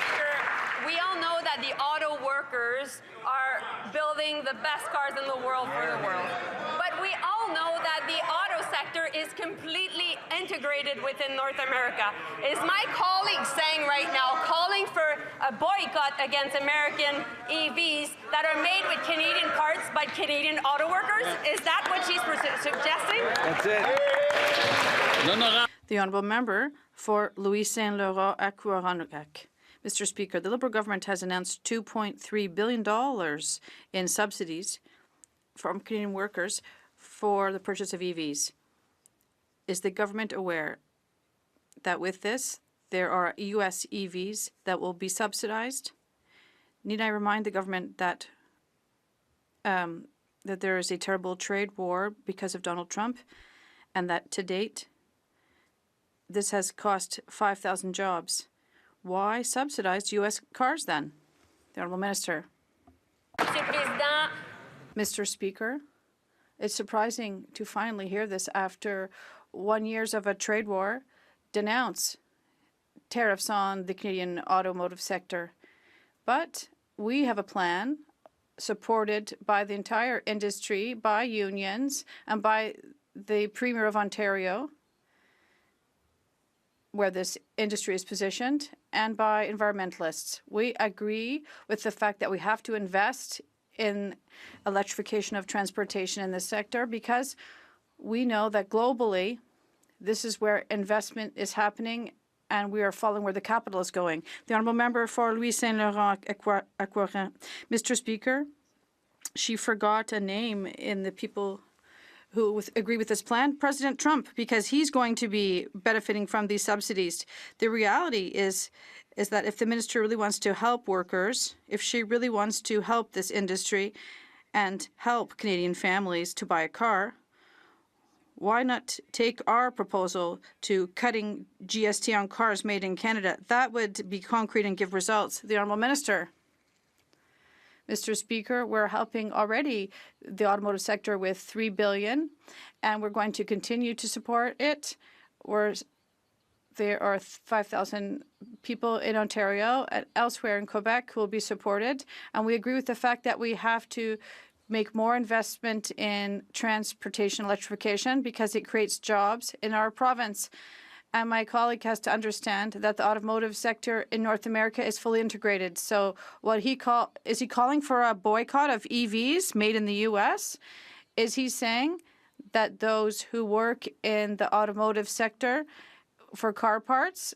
Inaudible. The honourable member for Simcoe North. Mr. Speaker, the auto sector is half the size it is today when the Liberals took office. President Trump has launched a sustained and unjustified attack on Canada's auto sector. His stated goal is to take Canadian auto jobs and put them in the U.S.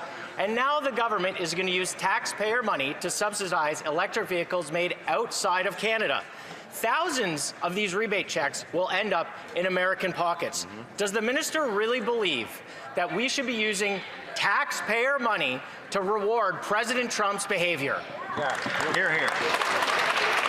The Honourable Minister of Foreign Affairs. Speaker, it is shocking that the opposition does not recognize the measures that this government has taken to support the auto sector, to support workers, to make sure that we're investing in national projects while they vote against us every single time. Mr. Speaker, we have an auto strategy, we have a liquidity management fund, we are reducing tariffs, and we are making sure we are building Canada strong.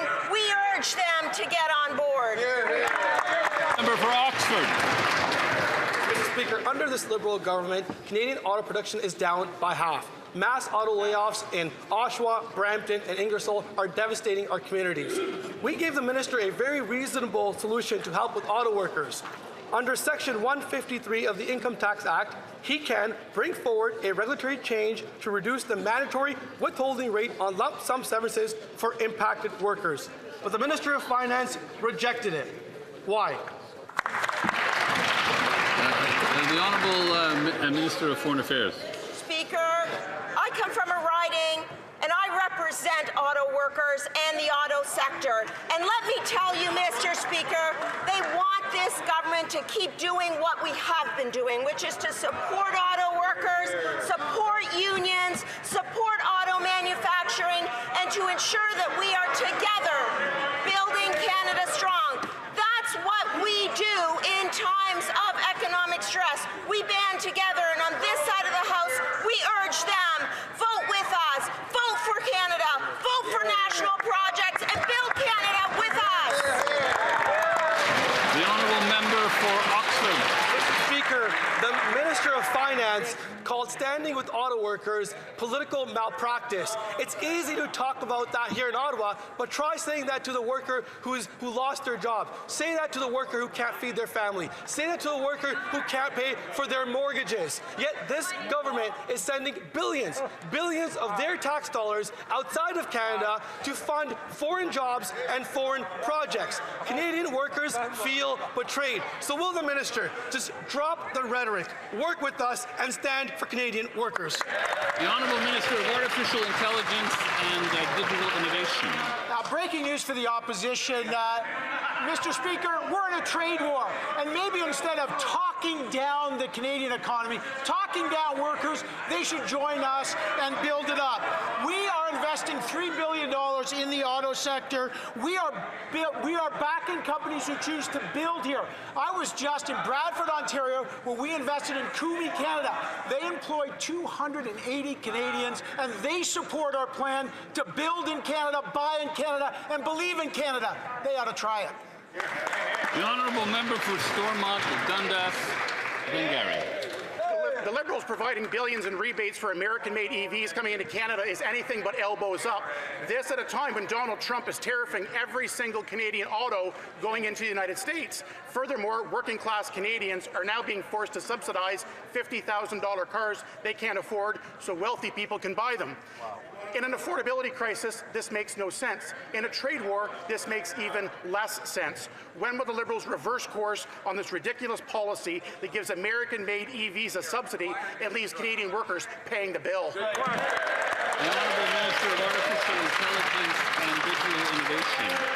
Mr. Speaker, the only party going in reverse is the Conservatives. We're going to move forward. We're going to drive forward by investing in the Canadian auto sector. We have a plan to invest $3 billion in this auto sector. We are making sure that we are building the cars of the future. We're not only building the cars of the future, we're building affordable homes. We're making sure that families can put food on the table. This is called Building Canada. They're blocking all those.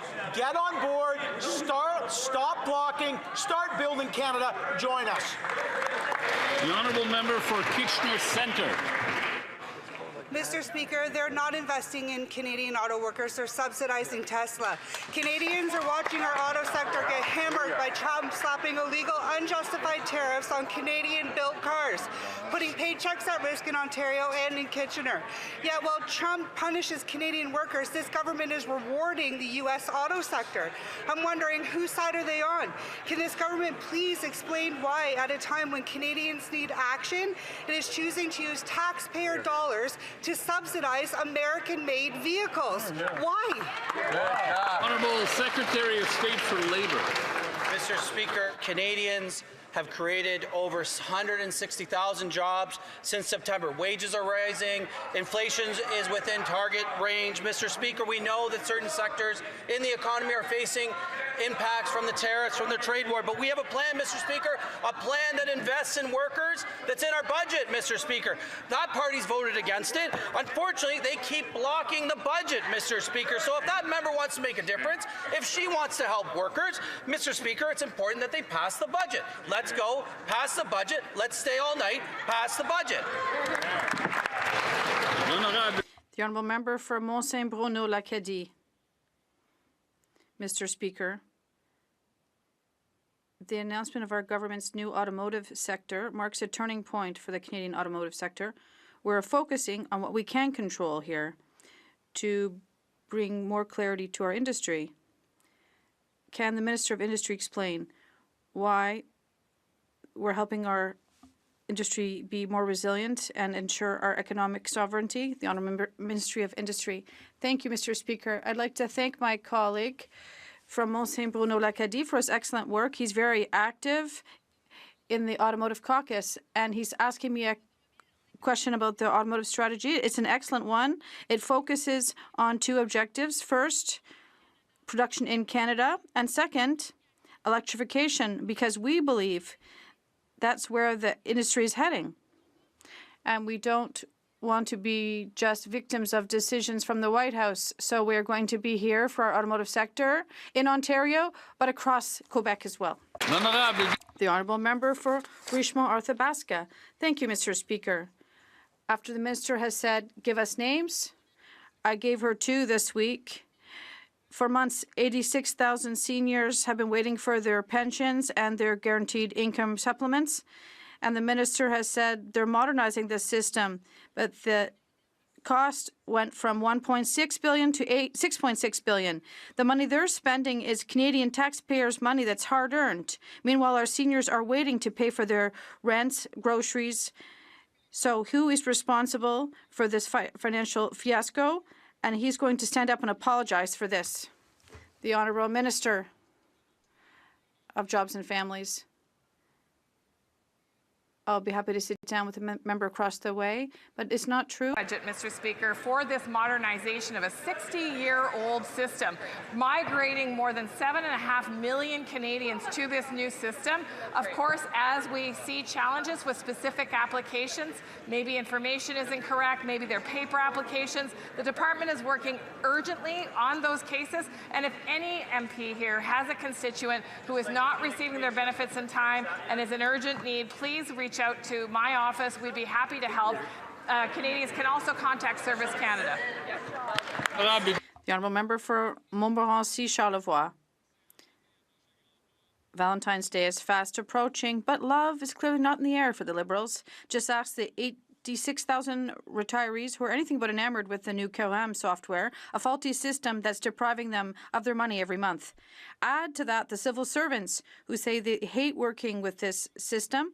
And the worst part is that all Quebecers and Canadians are realizing once again that the Liberals are spending their money recklessly and above all irresponsibly. With a cost overrun of $5 billion, it's ridiculous. Why is it that with the Liberals, it's always taxpayers' money that they're spending without restraint or respect? The Honourable Minister. Mr. Speaker, I have a great deal of gratitude for the workers who are working hard and who are learning quickly on a new system. Mr. Speaker, that we talk about these civil servants with the respect that they deserve. In fact, at the beginning, of course, it was challenging to learn that system, but these workers have worked extremely hard to get better and more proficient at a brand new system. It's replacing a 60-year-old system, Mr. Speaker. I challenge us all to think back to what a computer system 60 years old might look like, and I'm very proud of the civil servants who have worked so hard. The Honourable Member for Beauce. Mr. Speaker, the Canadian forestry industry is under attack again from U.S. tariffs of 45%, and this inaction continues to threaten the livelihoods of our workers.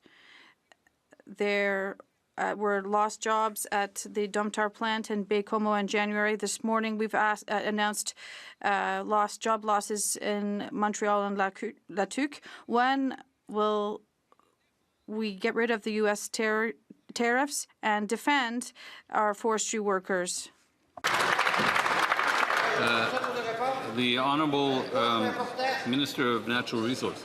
Mr. Speaker, I'd like to remind the member opposite that while the Conservatives are obstructing our progress, we've proposed $2.5 billion in support from this government to go into the forestry sector.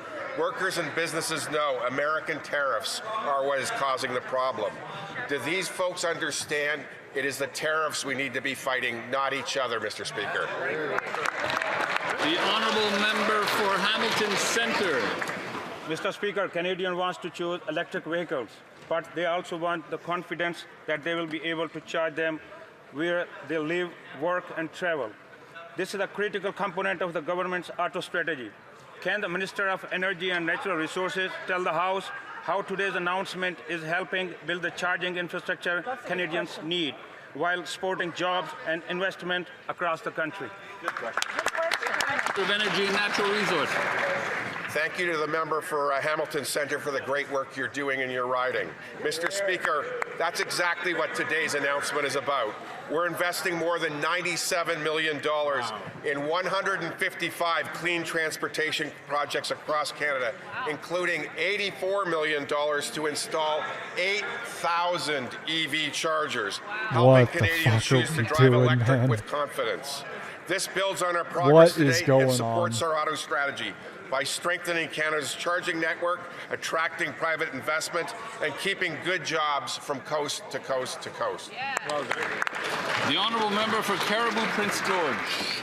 On November 25th of 2021, a lone gunman circled the Vanderhoop RCMP detachment, spraying dozens of rounds into the particle board walls, narrowly missing the RCMP members working inside. They thought they were going to die that day. It's a miracle no one was killed. The Liberal government promised they would stand with these members. They promised they would partner with the province and the District of Vanderhoof to build a new detachment. But 5 years later, the memories are still raw. The bullet holes remain, serving as a constant reminder of that horrific day. The province is on board, the District of Vanderhoof is on board, but this government is missing an action. Why? Here, here. The Honourable Minister of Public Safety. Mr. Speaker, I'd like to thank my colleague from Caribou Prince George for this question, and let me also extend my deepest support to the individual RCMP officers who have been impacted. I will work with the Commissioner Duhem to ensure that those who require the support, including new facilities, are addressed, Mr. Speaker. The work of the RCMP frontline personnel across Canada is truly inspiring, and I want to thank each and every member for their service to Canada, Mr. Speaker. Member for Vancouver Kingsway. The Prime Minister recently urged the global community to stand up to superpower intimidation and called on middle powers to stand together to resist it. The United States has imposed an illegal blockade on Cuba for decades, crippling its economy and causing mass suffering to the Cuban people. Now Donald Trump is cutting off fuel, risking humanitarian disaster. Will the Prime Minister stay true to his words in Davos, uphold independent Canadian foreign policy, and support Cuba in the face of aggressive U.S. imperialism? Here, here. The Honourable Minister of Foreign Affairs. Mr. Speaker, we are deeply concerned by the deteriorating conditions in Cuba. Our consular officials are actively engaged.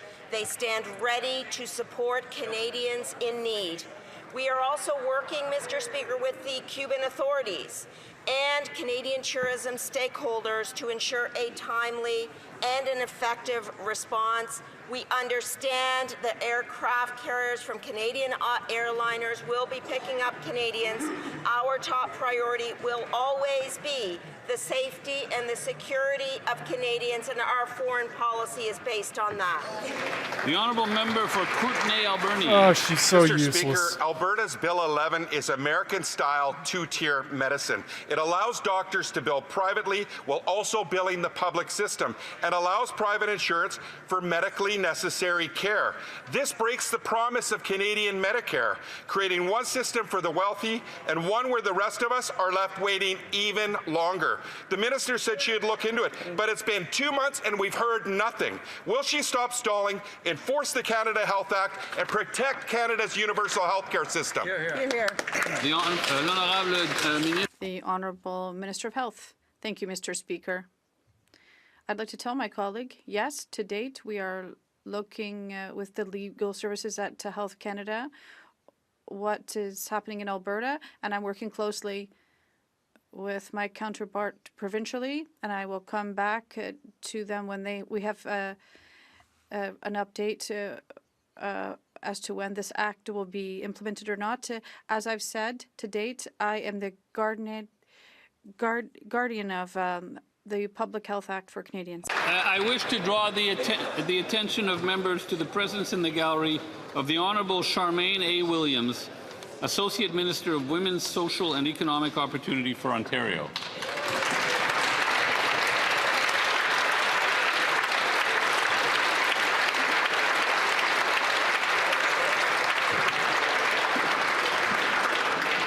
The Honourable Member for Saanich Gulf Islands, on a point of order. Oh, thank you, Mr. Maybe Speaker. Oh, so that God, here we there's go. quiet and we can hear the member's point of order.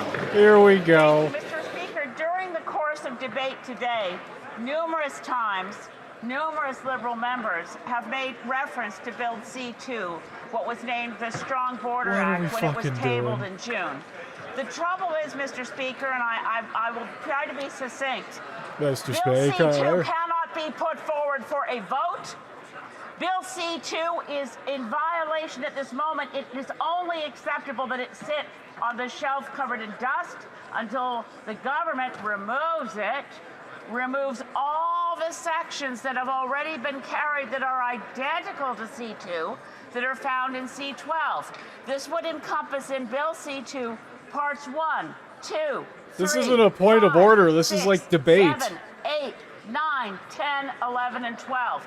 That's because, Mr. Speaker, the rule in this place, known traditionally as the same question rule, prohibits any government or any member from bringing forward legislation that is substantially the same. Now, in this case, we know C-2 came forward in June. I thought when I saw C-12 that the government would remove Bill C-2 from the order paper.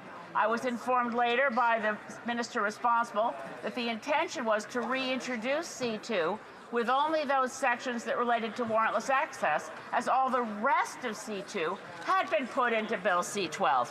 So, Mr. Speaker, I would like to direct you to the House of Commons Procedure and Practice, 4th edition, 2025, in which you'll find under this particular issue of concern of the same question, a bill adopted cannot be revived in the same session. So, Mr. Speaker, I ask for Okay, you. I'm gonna call it here. Thank you all for joining. She didn't get her time during question period, so she's just going off. Clearly, that's what this is. I will potentially be live tomorrow, depending on what happens. So I will see you all then. Thank you for joining on YouTube, Rumble, and Kick. Have a great rest of your day or night, depending on where you are from. She's still going on. She is still going on.